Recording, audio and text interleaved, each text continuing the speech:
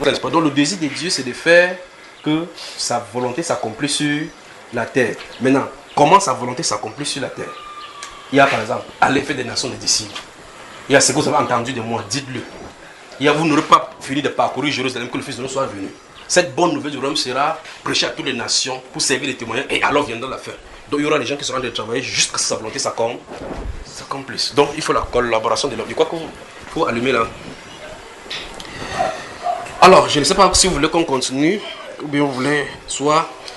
J'ai 13 prophéties ici. 13 au 17 des différents pays pour nous. Vous voulez qu'on commence par quoi? Par les prophéties ou bien par l'enseignement? Prenons donc les cahiers. On commence par quoi? Le Cameroun ou bien autre? C'est ça. Voilà, j'attendais ceci justement. J'aimerais donc qu'on commence sur ce qu'il vient de dire. La charité bien organisée commence par soi-même. Ou bien encore, charity begins at home. Ou bien encore, la bonne charité commence. J'étais en train de méditer justement, parce que quand il regardait ça, la façon que j'ai vu les prophéties ici, il dit, je commence par mon pays ou bien par cela. Et cette expression m'est venue. J'ai passé du temps à méditer là-dessus. Et pendant que vous allez chercher votre cahier, vous posez la question. La bonne charité commence par soi-même. Vous pensez que c'est biblique? On a des problèmes.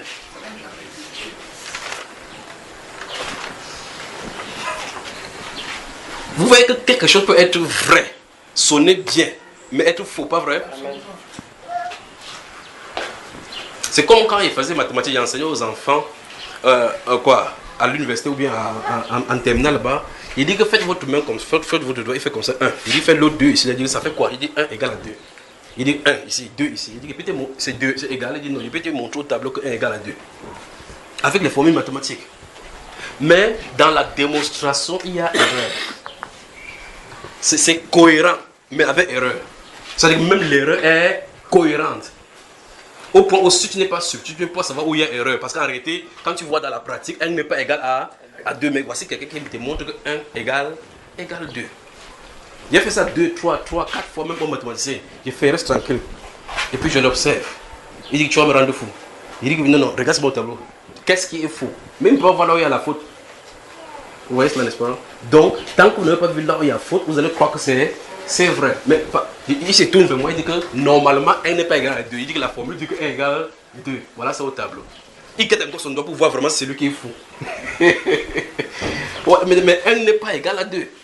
Vous voyez cela? Pourtant, les formules qui sont mises là-bas sont vraies et il connaît. Parce que étape après étape, je lui pose la question, ceci est vrai, il dit oui, ceci est vrai, il dit oui, ceci est vrai, il dit oui. Il dit oui, oui, oui. Il ne se rend pas compte qu'à un moment donné, le oui là est questionnable. Que le oui là est questionnable. Et quand il ne sait pas que le oui là est questionnable, je passe à la haute simplification. Quand il fait la simplification, il voit 2 égale à 1. Il voit que mais qu'est-ce qui se passe? Parce qu'ici, il y a des formules comme ça quand il était à l'école, comment je faisais pour déranger les enfants. Et je crois que cette formule m'a permis de bien saisir la Bible. Parce que la Bible, c'est pour ça que je suis méticuleux. Si tu es dormi, tu sais quelque chose qui est faux dans la Bible, c'est. Si tu passes quelque part, il y a un truc là à l'intérieur de moi qui fait pip, pip, pip, pip, pip. Que là, c'est pas bon. Vous me suivez, frère?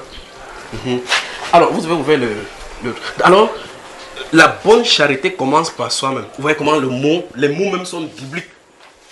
Mais le principe n'est pas biblique.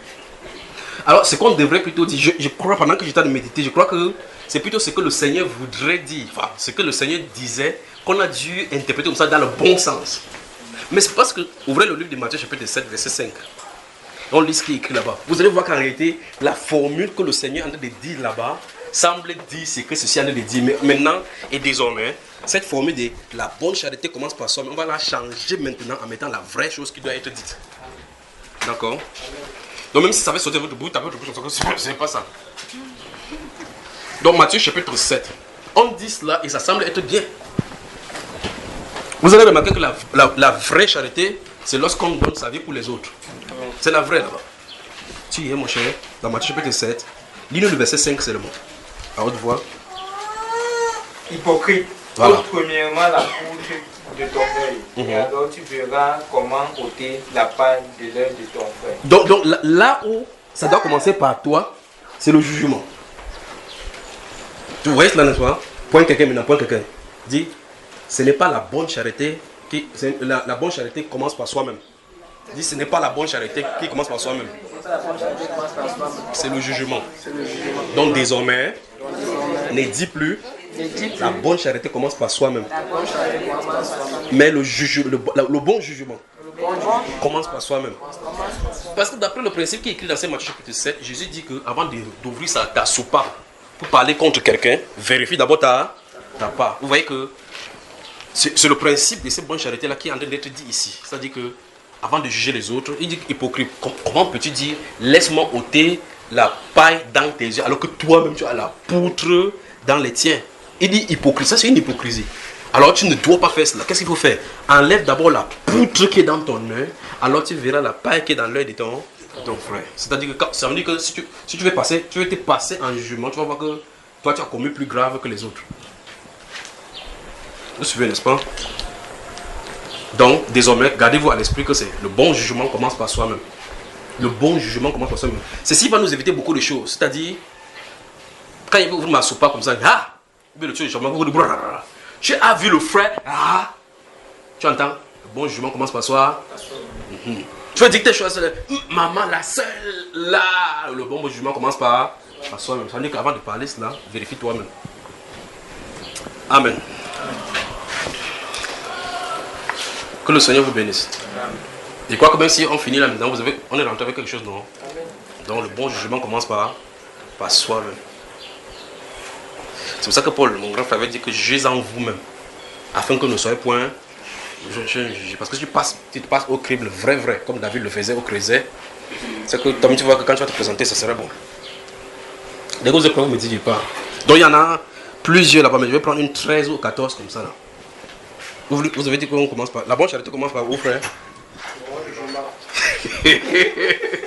Maintenant, il a oublié la formule. Il a maintenant oublié la formule. Mon frère, tu t'es lavé les mains à l'entrée. Ok.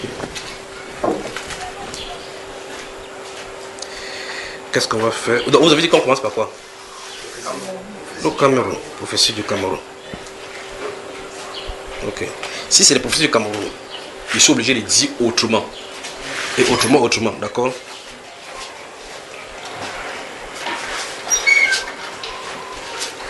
Notez-les et surveillez-les dans ce cas. Je crois qu'il faut surveiller quand le sol est plein. Et on y va. Ouf. Que le Seigneur vous bénisse, que le Seigneur vous bénisse.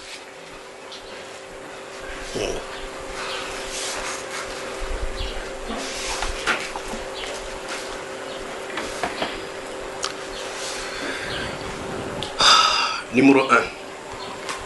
Ça c'est pour le Cameroun. Glissement des terrains à l'ouest et à Yaoundé. Glissement des terrains. Je crois que c'est mieux de rester à côté de votre téléphone. Si je vous connais, vous allez aller dire des choses qui ne sont pas dites.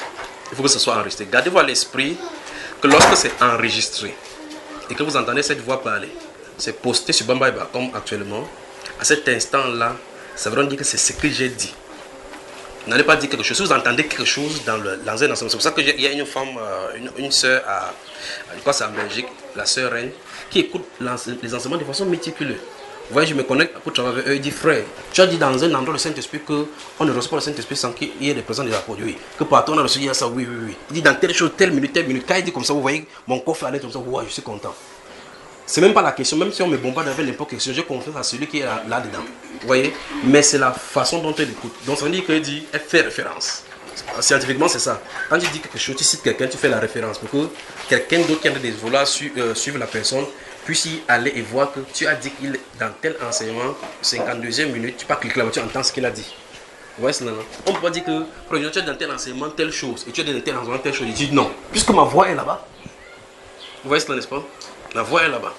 Oh, vous voyez que je me tiens ici, je ne lis pas quelque chose. Je viens, comme maintenant là, vous remarquez que la Bible est déposée là-bas, je n'ai pas un enseignement qui est écrit quelque part. Il dit, va parler de telle chose. Et puis il dit, comment ça? Il me tient là, et puis j'attends que ça vienne dans cette direction-là. Mais je crains, avec ce qu'on a voulu aborder là maintenant, je ne veux pas que ça soit lourd, parce qu'on en a assez mangé, mais il faut comprendre le jeu. Je vois les gens avec le gros ventre, avec les gros joues. On n'a pas encore commencé le jeûne. Ça veut dire qu'on n'est pas en train de jeûner. Alors, regardons ici. Moi, j'ai perdu 10 kilos. Je suis là tout à l'heure avant de venir ici. J'ai regardé que j'ai depuis récupéré un seul kilo. Donc, vous voyez que normalement, il faut que je mange, non? Pas ça, frère. Il faut que moi, je mange pour revenir à l'étape du jeûne. Vous jeûnez. glissement des terrains à Yaoundé et à l'ouest du pays encore. Ah, c'est la première prophétie pour le Cameroun. Normalement, donc l'esprit dit dans une zone de la ville de Yaoundé, parce que si tu t'assois, s'il arrive pour monter sur la toiture du palais de l'unité, et puis vous avez ce que les militaires utilisent pour regarder à distance. Vous regardez à distance, vous voyez ces quartiers-là. Parce qu'en parlant maintenant, je vois cela. Le quartier est là comme ça. C'est-à-dire si vous montez de l'autre côté, vous voyez là-bas. C'est pour que de cette hauteur, on voit ces quartiers-là avec ces genres de construction. Nous sommes à Yaoundé. Donc il parle de glissement des terrains à Yaoundé. Normalement, les gens qui construisent, le ministère de l'urbanisme et ceux qui décident de la ville devraient régler ces problèmes-ci. Vous voyez ça, n'est-ce pas? Donc, conseil à ceux responsables de l'urbanisation, il est temps d'en finir avec l'anarchisme. L'anarchisme. Il faut prendre le taureau par des cornes, ça va faire beaucoup de colère. Mais on ne fait pas des omelettes sans casser les œufs. Des familles sont en train de se construire. Vous voyez des flancs de collines. Une personne vient s'installer dans les vallées. Une personne vient s'installer. Et ce sont des zones où on ne doit pas construire, où on sait très bien qu'on ne doit pas construire. Mais on vient vendre le terrain là-bas. Au point où ce même terrain qui est vendu, une autorité a signé un papier concernant ce terrain. Une autorité a mis son cachet, mettre sa signature. On doit faire les descentes sur le terrain pour regarder que ce terrain, avant d'attribuer un document. Ce terrain, c'est arrêtez ça, madame, faites arrêter ceci. Et ce terrain est bien positionné et bien vivable. N'est-ce pas si vous comprenez? On vend une personne, 2 personnes, 3 personnes, subitement, 200, 300 personnes sont installées en un lieu. Ils ont conçu 1 année, 2 années, 3 années. Ils ont fait 15 ans, les enfants sont venus là-bas. Il y a même des écoles, ainsi de suite. Et subitement, éboulement du terrain, voilà les gens qui meurent. Ou bien encore un de ces jours, quand on se fâche parce qu'on n'a pas de l'argent, on vient pour casser, on dit qu'on va vous casser. Les gens qui ont fait 15 ans, investi des millions là-bas, on va les amener. Oh. C'est pour ça que il est temps. C'est un concept tout simplement maintenant cette fois-ci. Mais le glissement du terrain arrive. Donc on attend toujours que quelque chose arrive pour qu'on commence à tirer les responsabilités. Pourtant, on peut les éviter. Vous comprenez, n'est-ce pas? Pourtant, on peut les éviter. C'est comme une fois ici parlé des compagnies d'électricité. Normalement, il y a des choses qui périment. Comme par exemple, les pharmaciens, par exemple. Ils peuvent avoir quand vous achetez des médicaments, il y a des dates de péremption, la date où ça expire. Ils ont des catalogues des médicaments qui sont entrés. Ils ont des catalogues d'expiration. Ce qui fait que quand les médicaments veulent expirer, ils connaissent quels médicaments, on peut les retirer. Mais va dire ça à ceux-là. Ils retirent comme ça, ils envoient vous appelez au poteau. Ils ont fabriqué des systèmes de cachets, ils mettent là-dessus. Tu vois, la date d'expiration n'est pas la date d'expiration. C'est-à-dire que expirer n'est pas expirer. Quand on met le cachet sur ça, pam, le remède reprend vie, quoi. Donc tu fuis la pharmacie, tu peux retrouver ça là-bas. Vous voyez, là on se retrouve, n'est-ce pas? Il est temps que nous prenions conscience. Donc il parlait pour la comprendre des listes, pour dire, voici les transformateurs qui sont en train de vieillir et autres. Chacun croise les bras. Pourtant, on a du temps pour dire, ces transformateurs, ceci a fait 15 ans, l'autre ceci a fait 20 ans, ceci a fait ceci. En temps, le quartier ici, on avait mis ces transformateurs ici quand il y avait 200 personnes. Maintenant, il y en a 10 000. Il faut qu'on réfléchisse. Ça va faire boum. Vous restez, vous voyez, les étincelles. Boum. Dis c'est quoi? Vous êtes dans le noir. Pour moi dire que la compagnie de Steve vient de recevoir un signal qu'il y a un incendie là-bas. Pourtant, ils savent quelle est la cause. Donc, chaque fois, on est toujours en train de courir en sapeur-pompier au lieu d'anticiper sur les problèmes. Donc, il y a un problème de glissement de terrain à Yaoundé. Et à l'ouest, encore une fois de plus. Vous m'avez suivi, n'est-ce pas? Donc, on peut résoudre ces problèmes-ci. Quelle est la chose? On peut commencer à sensibiliser les gens, même à la télévision et à la radio. Les ministères chaque ministère a des chargés de communication. C'est-à-dire qu'ils doivent expliquer à quoi consiste le ministère, quelles sont les missions du ministère. Venez à la télévision organiser une séance. La télévision publique est faite pour cela. C'est-à-dire qu'un ministère peut avoir sa tranche. Il y a des gens qui, quand ils vont acheter le terrain, ils ne savent pas comment faire. Quand ils vont faire le titre foncier, ils ne savent pas comment faire. Le ministère du domaine va là-bas pour expliquer. Pour faire votre titre foncier, ne vous faites pas amadouer là-bas dehors. Voilà comment ça se passe, la procédure. Même si la procédure est sur le papier, on dit quand même, avant que la réalité soit autre chose. Donc il faut qu'on éduque les gens. Maintenant, si on éduque les gens concernant l'urbanisme et que des spécialistes viennent, dans ce domaine-là, il y a des juristes. Dans ce domaine, il y a des techniciens. Il y a des spécialistes dans la géologie. Ils s'assoient sur un plateau, on les interroge. On dit d'après la loi, on ne doit pas faire ici, on ne doit pas construire là-bas. Parce que juridiquement parlant, sur le fait, voici les choses qui vous condamnent. Parce qu'en réalité, les gens sont dans la prison sans se rendre compte. Parce que normalement, le jour qu'on vient casser, c'est toi qui dois payer la casse. Normalement. C'est-à-dire que si le 80 vient casser ta maison, tu vas payer. Alors, maintenant, si le géologue dit, voici ce qui se passe, moins de glissement de terreau, bien les pluies diluviennes, si ça vient, ça peut vous tomber. Et généralement, les pluies tombent la nuit, les grandes pluies. Vous êtes là et puis ça vous... Voici l'avantage à quitter cette zone. Et normalement, les zones marécageuses et ces zones-là peuvent être employées comme des sites touristiques et bien travailler.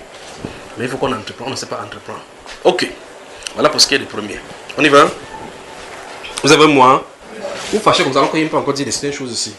Bon, maintenant, je vais vous dire quelque chose. Dans le truc du Cameroun, là, comme il y a beaucoup de pays, s'il avait mélangé quelque chose d'accord.